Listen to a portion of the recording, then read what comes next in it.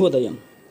Global బెథేనియా Calvary ministry తరపున ఈ పునరుద్ధానక దినములో మరొకసారి మీ అందరితో కూడా కలుసుకుని దేవుని యొక్క పరిశుద్ధమైన మాటలు ధ్యానించడానికి దేవుడు నాకు ఇచ్చిన మధురమైన అవకాశాన్ని బట్టి దేవునికి ప్రత్యేకమైన వందనాలు తెలియచేస్తున్నాను.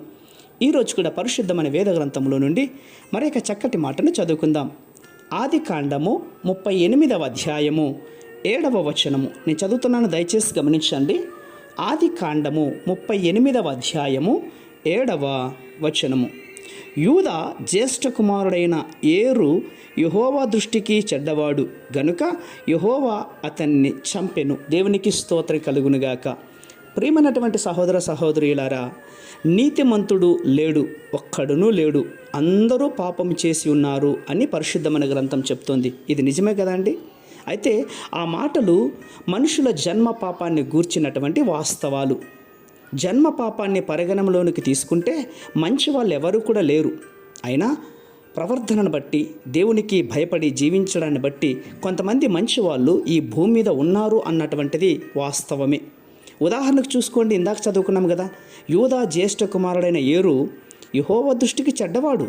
అవును, అతడు ఎందుకు చెడ్డవాడో, అతడు చేసినటువంటి చెడ్డ పనులు ఏంటో మనకు తెలియదు. కానీ ఈ వచనం ద్వారా ఒక మనిషి మాత్రం అతను చెడ్డవాడు అని తెలుసుకోగలుగుతున్నాం. అదేంటంటే ఆ తరంలో మిగతా మనుషుల కంటే కూడా ఏరు అనే వ్యక్తి చెడ్డవాడు. అంటే మిగతా వాళ్ళు కాస్త మంచివాళ్ళు అన్నటువంటిది నిజమే కదండి.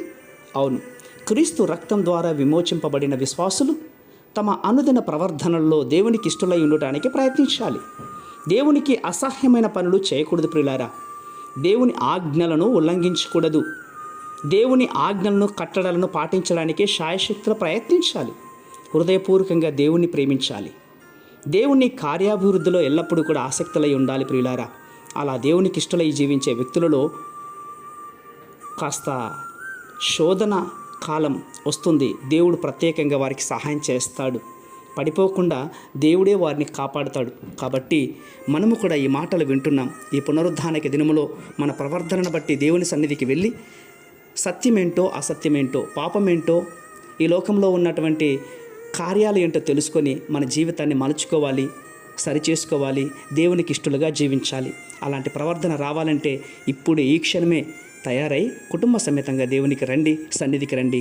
దేవుని సన్నిధిలో ప్రార్థించుకొని మన పాపములను ఒప్పుకొని దేవునికి ఇష్టలై జీవించదుముగాక.